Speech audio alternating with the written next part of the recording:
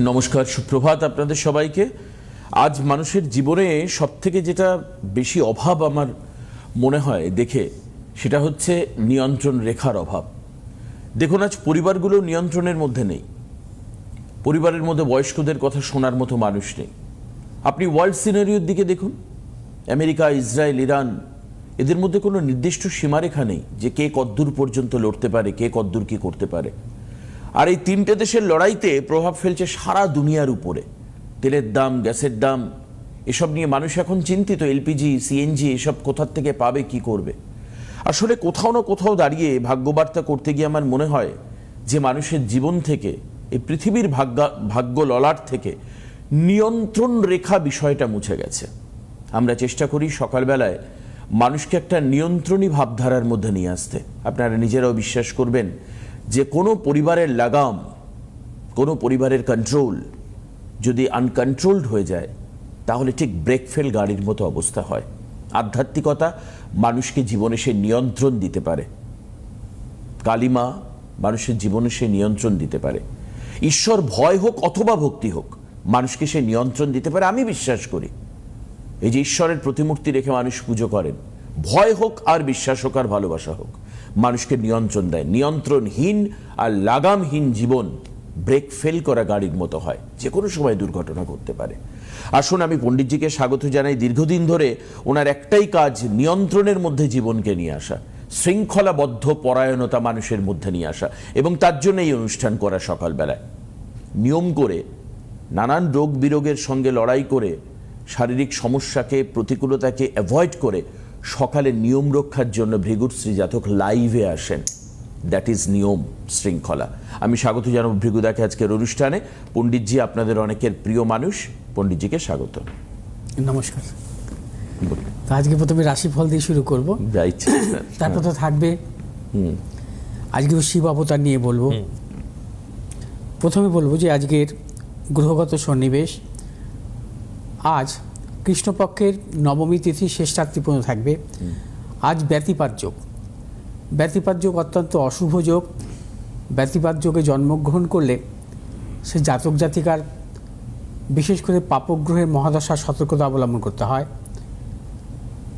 আজকের গ্রহগত সন্নিবেশ, রবি আজকে অবস্থান করছে কুম্ভ রাশির পূর্ব ভাদ্রপদ নক্ষত্রে, চন্দ্র আজকে অবস্থান করছে ধনু রাশির মূলা নক্ষত্রে, মঙ্গল আজকে অবস্থান করছে কুম্ভ রাশির শতবিশা নক্ষত্রে, বুধ আজকে অবস্থান করছে কুম্ভ রাশির শতবিশা নক্ষত্রে, বৃহস্পতি আজকে অবস্থান করছে মিথুন রাশির পূর্ণবসু নক্ষত্রে, শুক্র আজকে অবস্থান করছে মীন রাশির উত্তর ভাদ্রপদ নক্ষত্রে, শনি আজকে অবস্থান করছে মীন রাশির উত্তর ভাদ্রপদ নক্ষত্রে, রাহু আজকে অবস্থান করছে কুম্ভ রাশির শতবিশা নক্ষত্রে, কেতু আজকে অবস্থান করছে সিংহ রাশির পূর্ব ফাল্গুনী নক্ষত্রে। যদি কোনো জাতক জাতিকা, যেমন আজ হচ্ছে চন্দ্রের অবস্থান মূলা নক্ষত্রে, মূলা নক্ষত্রে জন্মগ্রহণকারী জাতক জাতিকা মূলত এরা দেখা যায় জীবনে সুখী হয় এবং একটু ভোগী হয় এবং ধর্মপরায়ণ হয় এরা, এবং বিদ্বান হন। অর্থাৎ মূলা নক্ষত্রে জন্মগ্রহণকারী জাতক জাতিকার জীবনে সাফল্য আসে, অর্থনৈতিক সাফল্য প্রবলভাবে আসে এদের। আজ হচ্ছে আত্মকারক গ্রহ হচ্ছে রবি, আজ রাজ্য কারক গ্রহ হচ্ছে মঙ্গল এবং রবি। আজ অভিজিৎ মুহূর্ত দুপুর 12টা 7 থেকে 12টা 55 পর্যন্ত। আজ রাহুকাল দুপুর 1টা 16 থেকে 2টো 45 পর্যন্ত। মূলত দেখা যায় যদি কোনো আত্মকারক গ্রহ যদি ভাগ্যপতি হয় এবং তার মহাদশায় কিন্তু অত্যন্ত শুভ ফল আসে। যেমন আজকে গোচরে আমরা দেখতে পাচ্ছি রবি হচ্ছে ভাগ্যপতি কারক গ্রহ, এবং কোনো জাতক জাতিকার জন্মকালীন যদি দেখা যায় তার ধনুলগ্ন, সাপোজ তার ভাগ্যপতি কারক হচ্ছে রবি। রবি হচ্ছে আত্মকারক গ্রহ। তার জীবনে যদি কখনো রবির মহাদশা আসে, সেই জীবনে সেই রবির মহাদশা তার জীবনে দারুণভাবে সাফল্য দেয়, কর্মক্ষেত্রে সাফল্য দেয়, অর্থনৈতিক সাফল্য কিন্তু আসে। আজ বৃহস্পতি এবং চন্দ্র সমসপ্তম, বৃহস্পতি অবস্থান করছে মিথুন রাশিতে, চন্দ্র অবস্থান করছে ধনু রাশিতে, অর্থাৎ বৃহস্পতি চন্দ্রের সমসপ্তম যোগকে আমরা গজকেশরী যোগ বলি।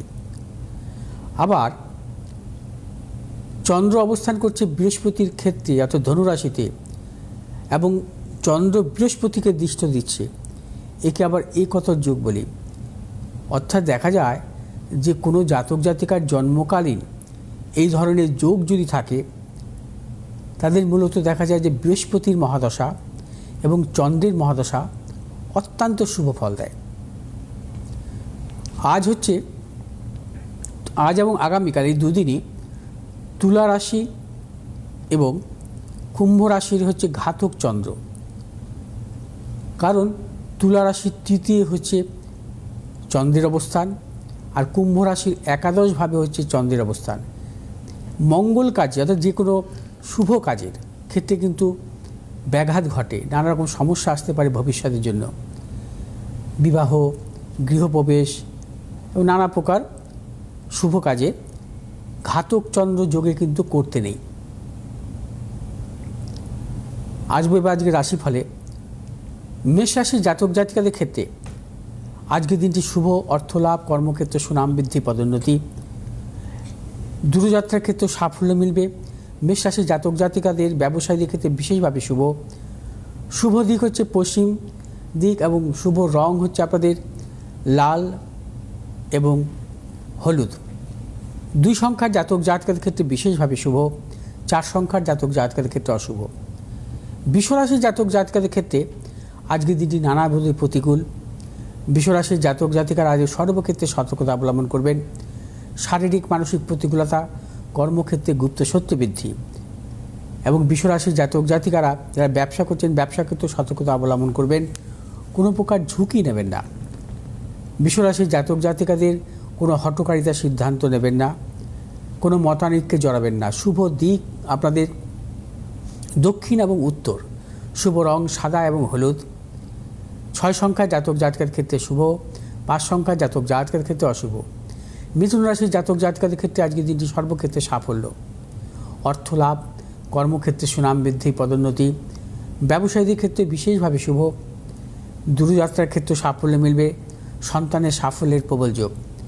মিথুন রাশির ব্যবসায়ীদের ক্ষেত্রে বিশেষভাবে শুভ। মিথুন রাশির জাতক জাতিকারা আজ যে কোনো শুভ কাজের ক্ষেত্রে দক্ষিণ দিকে অগ্রসর হবেন, সাফল্য। শুভ রং হচ্ছে আপনাদের সবুজ এবং হলুদ। আজ 8 সংখ্যার জাতক জাতকের ক্ষেত্রে বিশেষভাবে শুভ, 9 সংখ্যার জাতক জাতকের ক্ষেত্রে অশুভ। কর্কট রাশির জাতক জাতিকাদের ক্ষেত্রে আজকের দিনটি নানাবিধ প্রতিকূলতা। কর্কট রাশির জাতক জাতিকারা আজকের দিনটি সর্বক্ষেত্রে ভেবেচিন্তে অগ্রসর হবেন। অর্থ নাশ, কর্মক্ষেত্র সুনাম নষ্ট হতে পারে, প্রবল অপযশ, শারীরিক মানসিক প্রতিকূলতা, প্রিয়জনের শারীরিক বিড়ম্বনা আসতে পারে, এবং যারা ব্যবসা করছেন ব্যবসা ক্ষেত্রে নানা রকম গুপ্ত শত্রু বৃদ্ধি হতে পারে। কর্কট রাশির জাতক জাতিকারা যে কোনো শুভ কাজের ক্ষেত্রে দক্ষিণ দিকে এবং পশ্চিম দিকে অগ্রসর হবে, সাফল্য। শুভ রং হচ্ছে আপনাদের সাদা এবং হলুদ। 9 সংখ্যার জাতক জাতকের ক্ষেত্রে শুভ, 3 সংখ্যার জাতক জাতকের ক্ষেত্রে অশুভ। সিংহ রাশির জাতক জাতিকাদের আজকের দিনটি সর্বক্ষেত্রে সাফল্য, প্রবল অর্থ লাভের যোগ। ব্যবসায়ীদের ক্ষেত্রে বিশেষভাবে শুভ। দূরযাত্রার ক্ষেত্রে সাফল্য মিলবে, এবং সিংহ রাশির জাতক জাতিকারা নতুন কিছু চিন্তাভাবনার ক্ষেত্রে আজকে সাফল্য, সন্তানের সাফল্যের প্রবল যোগ। কর্মক্ষেত্রে সুনাম বৃদ্ধি। সিংহ রাশির জাতক জাতিকারা যে কোনো শুভ কাজের ক্ষেত্রে পূর্ব উত্তর দিকে অগ্রসর হবেন। শুভ রং হচ্ছে আপনাদের লাল এবং হলুদ। আজ 6 সংখ্যার জাতক জাতকের ক্ষেত্রে শুভ, 7 সংখ্যার জাতক জাতকের ক্ষেত্রে অশুভ। কন্যা রাশির জাতক জাতিকাদের ক্ষেত্রে আজকের দিনটি শুভ। অর্থনৈতিক সাফল্য, কর্মক্ষেত্র সাফল্য, ব্যবসায়ীদের ক্ষেত্রে বিশেষভাবে শুভ, এবং দূরযাত্রার ক্ষেত্রে সাফল্য মিলবে। কন্যা রাশির ব্যবসায়ীরা আজকের দিনটি যে কোনো চিন্তাভাবনা করে অগ্রসর হতে পারেন এবং সাফল্য মিলবে। কন্যা রাশির জাতক জাতিকারা যে কোনো শুভ কাজের ক্ষেত্রে পূর্ব দিক এবং উত্তর দিকে অগ্রসর হবেন, সাফল্য। শুভ রং হচ্ছে আপনাদের সবুজ এবং হলুদ।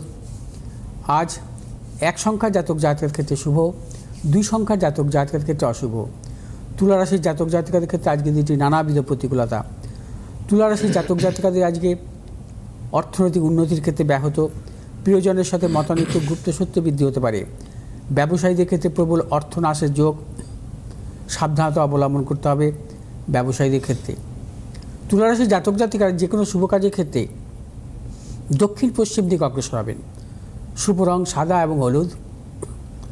আজ 4 সংখ্যার জাতক জাতিকার ক্ষেত্রে বিশেষভাবে শুভ, 3 সংখ্যার জাতক জাতিকার ক্ষেত্রে অশুভ।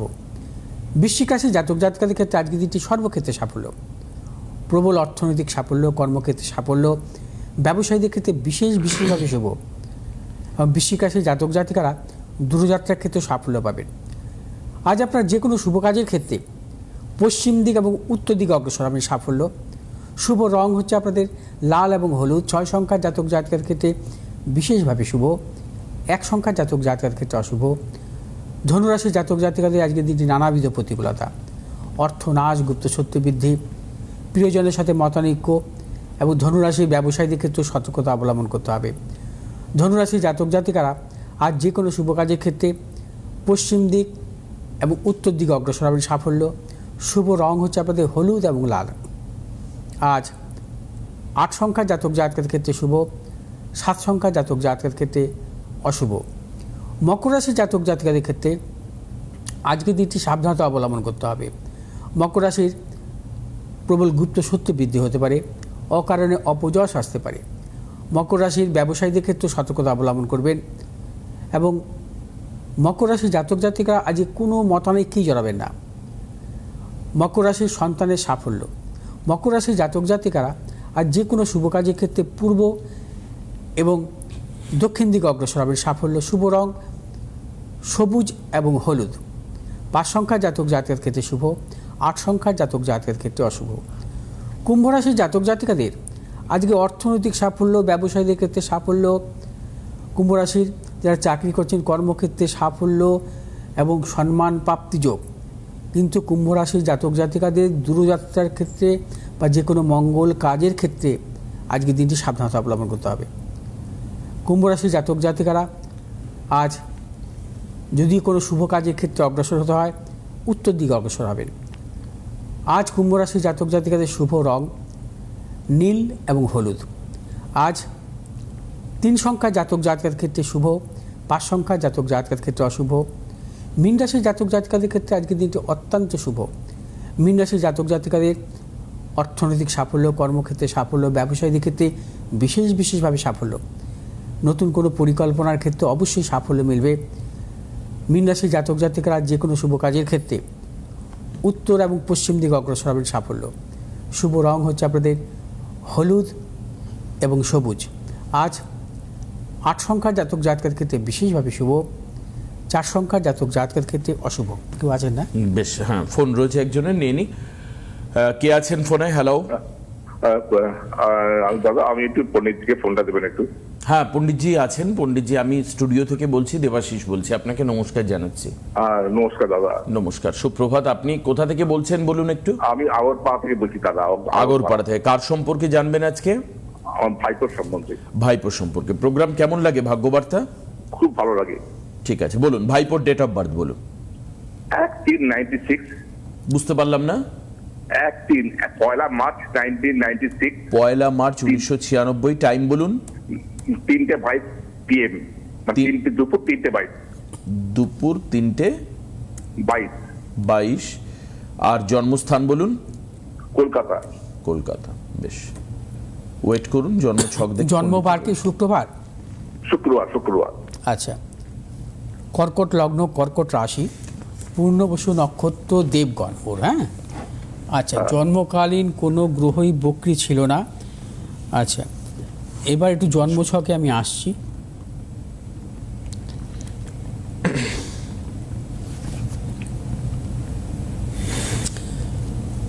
কর্কট লগ্ন, কর্কট রাশি, আর কর্মপতি কারক গ্রহ যে 8মভাবে অবস্থান করছে, দুস্থানগত অবস্থায় আছে।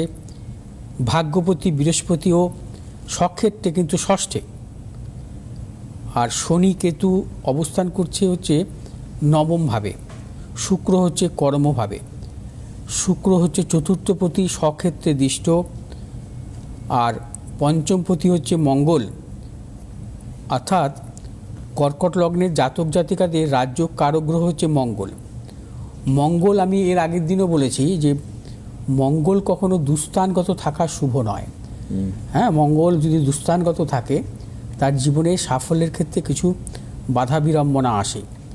যেহেতু এর কর্মপতি মঙ্গল হচ্ছে দুস্থানগত, আর এখন চলছে বুধের মহাদশা।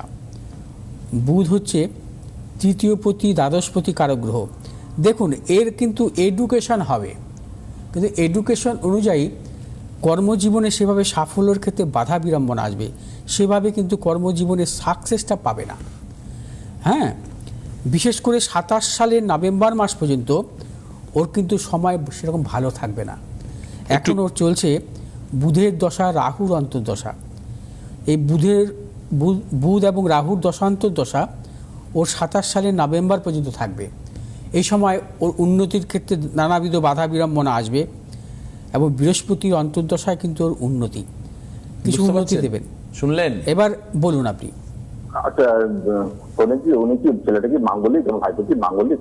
হ্যাঁ, মাঙ্গলিক আছে। মাঙ্গলিক নিয়ে কেন চিন্তা করছেন? মাঙ্গলিক তো ভয়ের কিছু নেই, সেটা তো বিবাহের ব্যাপারে। হ্যাঁ, সেটা আপনি বিয়ের সময় চিন্তা ভাবনা করবেন। আমার কথা বুঝতে পেরেছেন? ছেলেটি জন্মছক দেওয়ার ক্ষেত্রেও কি মাঙ্গলিক দোষ আছে? হ্যাঁ, মাঙ্গলিক দোষ আছে কি? হ্যাঁ, মাঙ্গলিক যোগ আছে। মাঙ্গলিক যোগ আছে, তার জন্য পণ্ডিতজি বলছেন এখন চিন্তা করে লাভ নেই, ও কেরিয়ারে ডেভেলপ করতে পারে। ওর বিয়ের ক্ষেত্রে কিন্তু তখন এটা ভাবতে হবে মাঙ্গলিক নিয়ে।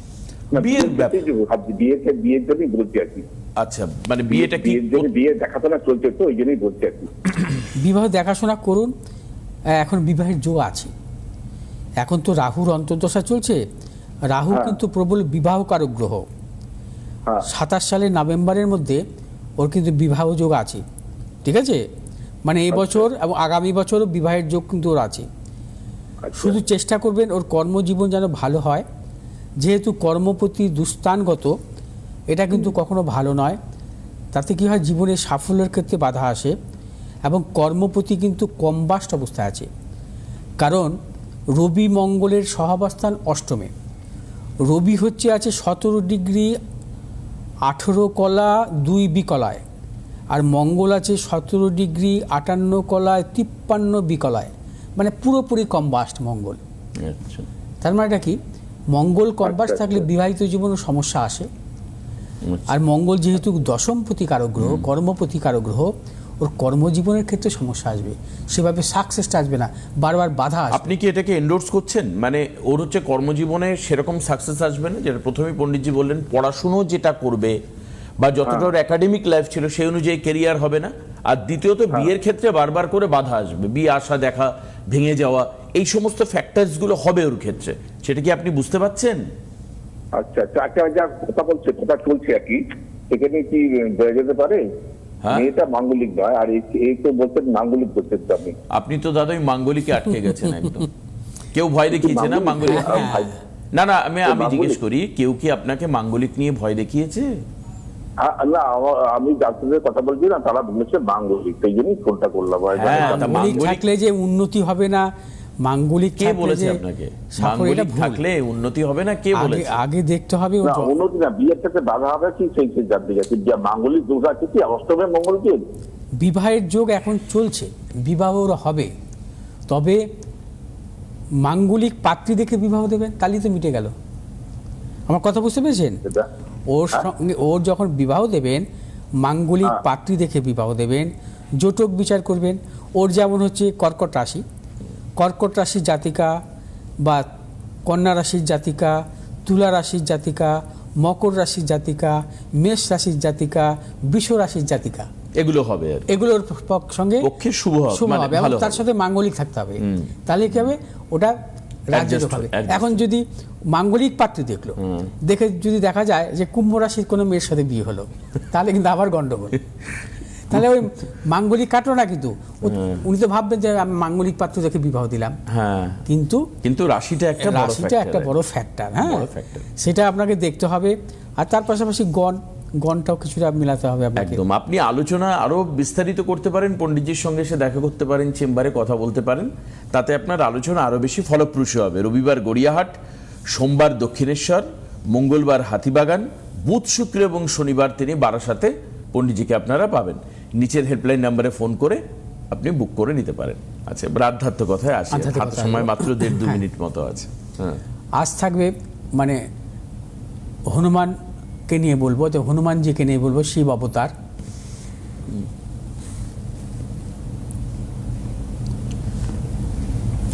শিবের মাস চৈত্র মাস উপলক্ষে শুরু করেছি শিব অবতার সংক্রান্ত ধারাবাহিক আলোচনা।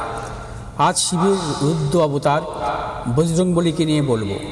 শাস্ত্রে যে 19 জন মুখ্য শিব অবতারের উল্লেখ আছে, তার মধ্যে বজরংবলী নেই। তবে তিনি যে শিবের অবতার বা শিবের অংশ তা একাধিক শাস্ত্রে উল্লিখিত।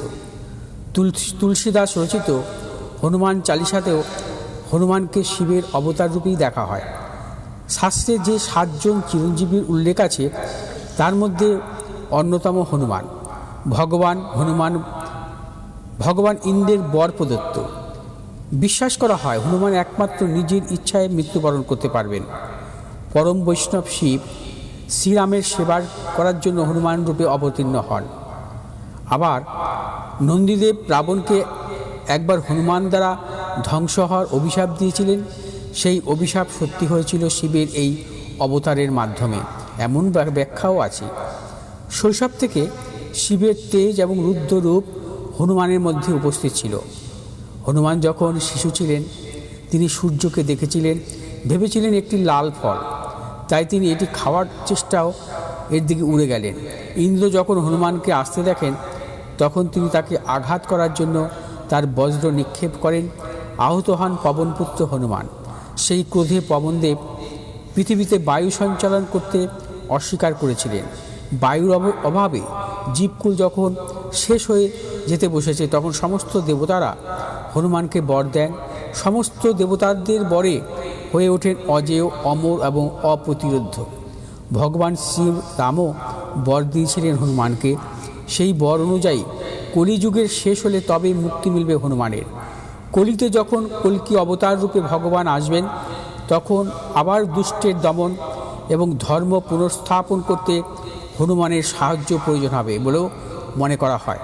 আবার সীতাদেবীর বর অনুযায়ী হনুমান চিরঞ্জীবী। তিনি অজর, অমর হওয়ার বড় প্রাপ্ত, অর্থাৎ তিনি কখনো বৃদ্ধ হবেন না, তার কখনো মৃত্যু হবে না।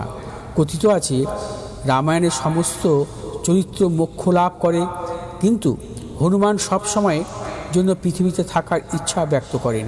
তিনি বলেন, যতদিন মানুষের হৃদয়ে রাম জীবিত আছেন, ততদিন তিনি পৃথিবীতে থাকবেন।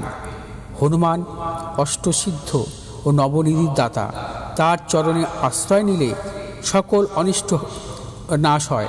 জ্যোতিষশাস্ত্রে মনে করা হয় হনুমান যার সহায়, শনিদেব তার ক্ষতি করতে পারেন না। কারণ হনুমানের বীরত্বে সন্তুষ্ট হয়ে শনিদেব তাকে প্রতিশ্রুতি দেন যে ভক্তদের তিনি রেহাই দেবেন। আজও আগামীকাল, তবে আজকে সময় কম।